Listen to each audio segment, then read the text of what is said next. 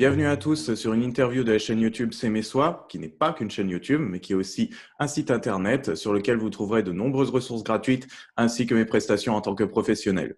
Aujourd'hui, je suis avec Uliana Borzova. Je le prononce bien, Uliana? Tout à fait. Super. Bon. Eh bien, est-ce que tu pourrais te présenter brièvement aux gens qui nous regardent? Bien sûr. Donc, je m'appelle Uliana, je suis psychologue cognitiviste avec une spécialité en neuropsychologie et je travaille en libéral sur Lyon. Donc, je travaille avec des enfants et des adultes. Pour les enfants, je travaille plus avec tout ce qui est problème d'apprentissage à l'école et pour les adultes, ça peut être plus le stress post-traumatique ou les problèmes de dépression ou de l'anxiété. D'accord. Donc, donc tu es autant spécialisé enfant qu'adulte sur deux choses différentes. Euh, Comment ça se passe, une séance, par exemple, avec un enfant sur sa problématique? Mhm. C'est déjà en fonction de quel est son besoin. Par Ouais. exemple, souvent, on vient me voir s'il y a des problèmes d'apprentissage à l'école, comme je dis tout à l'heure. Mm. Donc, du coup, dans ces cas, d'abord, on va déjà faire le point sur qu'est-ce qui ne va pas, quelles sont les questions que les parents se posent et comment l'enfant déjà vit la situation, on voit son évolution à l'école. Et après, souvent, on programme des tests de QI ou ce qu'on appelle les bilans neuropsychologiques. On essaie d'explorer son fonctionnement intellectuel, comment il fait pour mémoriser, est-ce qu'il a des bonnes capacités d'attention, de planification, de raisonnement. Et il y a aussi dans ces tests, souvent, une partie des tests de personnalité qui nous permet de voir comment l'enfant gère les émotions, comment les émotions peuvent impacter son fonctionnement intellectuel. Et donc, du coup, suite à ce bilan, on fait les comptes rendus ensemble avec les parents, où j'explique ce que j'ai pu comprendre. Et donc, du coup, en fonction de ces résultats, on peut soit commencer une prise en charge avec l'enfant en fonction de ses besoins, soit je peux orienter cet enfant vers un autre professionnel de santé. Ouais, c'est vrai que l'école, enfin le système d'apprentissage de l'école n'est pas adapté pour 100% des personnes. Donc en fait, ce que tu permets dans l'accompagnement, c'est de voir quel système d'apprentissage on peut mettre en place avec l'enfant euh, à l'extérieur de l'école du coup, parce que comme on peut pas changer le système éducatif académique, Pas tout à malheureusement. fait, Ouais. pas toujours, parce qu'en fait, effectivement, vu que Mm. il y a des écoles Montessori, mais c'est pas pour les enfants, par exemple, pour les ados, c'est pas possible, il faut suivre un cursus classique, normal. Mm. Donc, du coup, l'objectif du bilan, c'est de voir quels sont les points forts et les points faibles de l'enfant, hein, Ouais. c'est-à-dire qu'on est tous composés de ces deux éléments, et de voir quels sont les aménagements pédagogiques qu'on peut mettre en place pour pouvoir contourner des choses qui sont difficiles pour l'enfant en Mm. mobilisant ses atouts, ses ressources personnelles. Hein, et donc, du coup, ça permet de voir de quoi l'enfant peut avoir besoin pour mobiliser au mieux ses capacités, même si c'est dans le cadre de l'école classique. D'accord. Bon. Hmm. En fait, ouais, qu'ils connaissent ses points forts et où il réussit le mieux, et puis comment également, peut-être par des petits moyens mémotechniques ou autre chose plus approfondi que toi tu connais dans ta profession. Ok, donc c'est à peu près ça. Exactement, Ok. exactement. Donc, on fait avec ce qu'on a, on change, on essaie Mm. de s'adapter, de faire avec ce qu'on a. C'est ce qu'on est amené à faire en tant qu'adulte tous les jours, qu'on ne peut pas toujours choisir les choses. Mais on peut par contre, grâce à la meilleure connaissance de comment on est, comment on fonctionne, on peut s'adapter et s'épanouir aussi. Ok. Et avec un adulte, comment ça se passe du coup? Alors, avec un adulte, ça va être un peu différent, encore une fois, en fonction de la problématique qui l'amène me voir. Donc, je vois toujours, pas toujours, mais en tout cas beaucoup, des adultes qui viennent pour une problématique de l'anxiété ou de la dépression ou ce qu'on appelle les stress post-traumatiques suite soit à un événement qu'ils ont vécu récemment comme un accident de voiture, ou, une rupture amoureuse ou autre, ou un Ouais. changement brutal dans leur vie, soit des choses qui datent un peu dans le passé, comme des maltraitances dans l'enfance ou des choses difficiles qu'ils gardent depuis qu'ils sont petits, qui leur, ces choses-là les empêchent d'avancer dans leur vie de manière fluide et Mm. agréable. Et donc, du coup, comme d'habitude, on fait le constat un peu de l'état des lieux, ce qui se passe pour la personne, quelle est la souffrance, quelles sont les choses qui sont difficiles, mais aussi qu'est-ce qui marche bien dans la vie de toujours, quelles sont les ressources de la personne, parce que c'est important de faire une balance avec ces deux éléments-là. On ne parle pas que de mauvaises choses. Et donc, du coup, suite à ces constats, soit je propose une thérapie qui s'appelle EMDR, si Ouais. je trouve que c'est adapté, soit on peut partir pour un accompagnement thérapeutique classique ou pour une approche plus cognitivo-comportementale comme les TCC. Ok. Et du coup, le MDR, ça traite essentiellement les traumatismes, c'est ça? En fait, l'EMDR, effectivement, il est préconisé comme Hmm. une thérapie officielle depuis 2007 par la Haute Autorité de Santé pour le traitement du stress post-traumatique avec le TCC. Ok. Eh bien, du coup, bah ouais, c'est génial tout ça. Et évidemment, bon, chez tous mes invités, je m'intéresse aussi à qu'est-ce qui les a amenés là où ils sont aujourd'hui. Donc, toi, qu'est-ce qui t'a amené à la psychologie, à t'y intéresser? Est-ce qu'il y avait des choses dans l'enfance, déjà des prémices, ou c'est venu comme ça d'un coup? Hmm.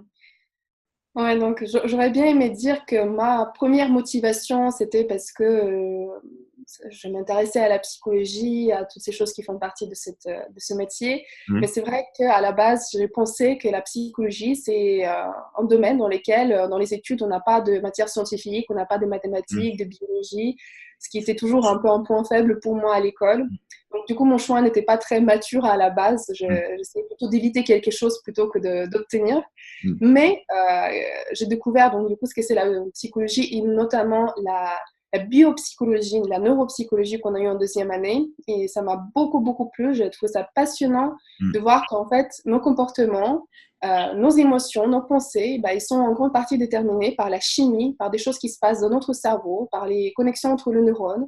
Et donc, du coup, ça m'a vraiment motivée d'aller plus loin et d'explorer les choses. Et ça m'a abouti au fait que maintenant, je trouve qu'il y a plein de choses intéressantes au-delà juste de psychologie en tant que telle, mais la relation humaine, le lien, les contacts, l'aide, le partage, c'est des choses qui, bien sûr, comme pour chaque métier d'aide à la personne, sont importantes et qui m'attirent et me donnent l'envie de continuer tous les jours. Ok, mais c'est génial. Merci de ta franchise. Mhm. Et je me pose aussi la question parce que tu sais que dans ce que je fais, je m'intéresse aussi un petit peu à la spiritualité, à la façon dont l'être humain reconnecte à sa spiritualité pour donner un sens à sa vie. Et on a pas mal d'études scientifiques sur les bienfaits de la méditation au niveau du cerveau. Donc, comme les neurosciences, ben, c'est un petit peu aussi ton domaine, je voulais savoir, qu'est-ce que tu en pensais, toi, de la méditation? Mhm.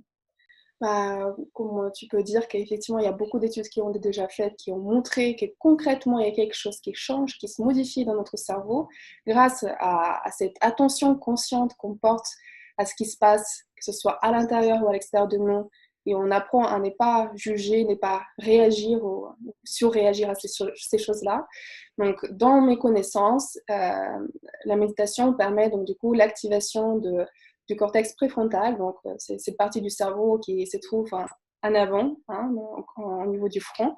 Et la méditation permet justement d'apaisir, d'agrandir la quantité des neurones et des connexions entre eux, qui permet dans des moments où on est envahi par les émotions, par la peur, par la colère ou autre, ça permet de nous aider à mieux gérer ces émotions, à retrouver un état de calme ou d'équilibre plus rapidement.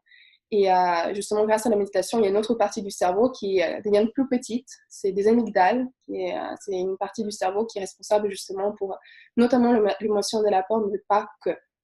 Hmm. Donc du coup, la méditation, c'est vraiment quelque chose de puissant et intéressant. Ouais. Parce qu'au départ, quand la science ne s'était pas encore vraiment intéressée à ça, on la considérait comme une pratique assez mystique. Et on se disait, ah, l'homme aime bien se raconter des choses dans sa tête, et puis ah, ça lui fait du bien. Bon, c'est génial, voilà, ça relaxe, et puis allez, on passe aux médicaments quand même. Aujourd'hui, on voit que l'être humain a une autonomie sur son bien-être euh, par rapport à son esprit et par rapport à son corps. Donc, c'est vrai que moi, je dirais de ne pas, évidemment, ne pas entièrement laisser tomber la médecine telle qu'on la connaît aujourd'hui, mais de la compléter quand même avec des thérapies alternatives, comme bah, il y en a qui se développent de plus en plus aujourd'hui. Parce que c'est ça, c'est l'être humain qui retrouve son autonomie. Je ne sais pas si tu es d'accord avec moi. Je suis tout à fait d'accord. En t'écoutant, je me dis, effectivement, je hoche la tête tout le temps, Ça me parle vraiment, qu'effectivement, c'est un outil parmi d'autres. C'est Mm. pas quelque chose qui va résoudre par magie tous les problèmes, mais ça aide à avoir des outils et, comme tu dis, ça permet de placer la personne en position active. Elle est acteur de ce qui se passe dans sa vie, de comment elle fait face à certaines situations difficiles. Et c'est ça qui fait toute la différence entre me confie complètement à quelqu'un, je suis complètement dépendant que de médicaments. En tout cas, ça donne une marge d'action à la personne. Et ça, c'est vraiment super. On est d'accord. Pour terminer, est-ce que tu pourrais donner 3 conseils à une personne, par exemple, qui voudrait développer son bien-être dans la vie de tous les jours, cultiver son bien-être dans la vie? Voilà, tes conseils à toi. Je ne sais pas si je vais trouver 3 conseils parce que je pense notamment à une phrase que Ouais. j'essaie d'utiliser et dans mes vidéos et dans la vie de tous les jours, qui est « viser les progrès et pas la perfection ». Et donc, du coup, cette phrase, elle recouvre différentes idées pour moi. Donc, déjà, dans la société où il faut être performant, il faut atteindre ses objectifs, on vise toujours cette perfection qui, bien sûr, n'est pas atteignable. Donc, l'idée à retenir, c'est que déjà, c'est important d'être bienveillant et indulgent par rapport à nos défauts, hein, parce qu'on en a tous et la perfection, c'est une illusion. Et peut-être la deuxième chose, c'est que c'est important de savoir profiter de l'aventure, de ce voyage qui est notre vie, et pas juste attendre cet objectif final en se disant, voilà, quand j'aurai ça, quand je serai comme ça, bah, ces moments-là, je serai heureux, épanoui, etc. Donc, du coup, pour moi, c'est ces 2 idées-là que j'essaie de garder dans ma tête à chaque fois que, voilà, quand je fais quelque chose, en tout cas, quand je suis amenée à faire des activités au quotidien. Ouais. Ok. Bon. Eh ben, super, Yana. Je te remercie de ton temps pour cette interview. Et voilà, nous avons terminé. Tu as une chaîne YouTube aussi, non? Oui, exactement. Donc, elle s'appelle Dans le cerveau d'une psy. D'accord, dans le cerveau d'une psy. Donc, sur YouTube, il y a de nombreuses vidéos déjà. Ça fait combien de temps que tu fais ça? Ça fait un peu plus d'un an. Un Ça fait peu un plus peu d'un plus an. d'un an. Voilà, donc du coup, je fais des petites vidéos qui aident au sens assez général d'aider à vivre mieux en lien avec nos émotions. Je dis ça toujours que, voilà, être en harmonie avec nos émotions, parce que souvent on a tendance à lutter contre quelque chose qui est désagréable, en oubliant que chaque émotion a un rôle à jouer. Il faut juste, c'est facile de dire il faut juste, mais en tout cas l'idée c'est d'apprendre à équilibrer toutes ces émotions qui ont de l'importance dans notre vie. Génial. Bon, eh ben, allez voir dans le cerveau d'une psy sur YouTube. Je vous remercie et à bientôt pour une prochaine vidéo. Merci à toi.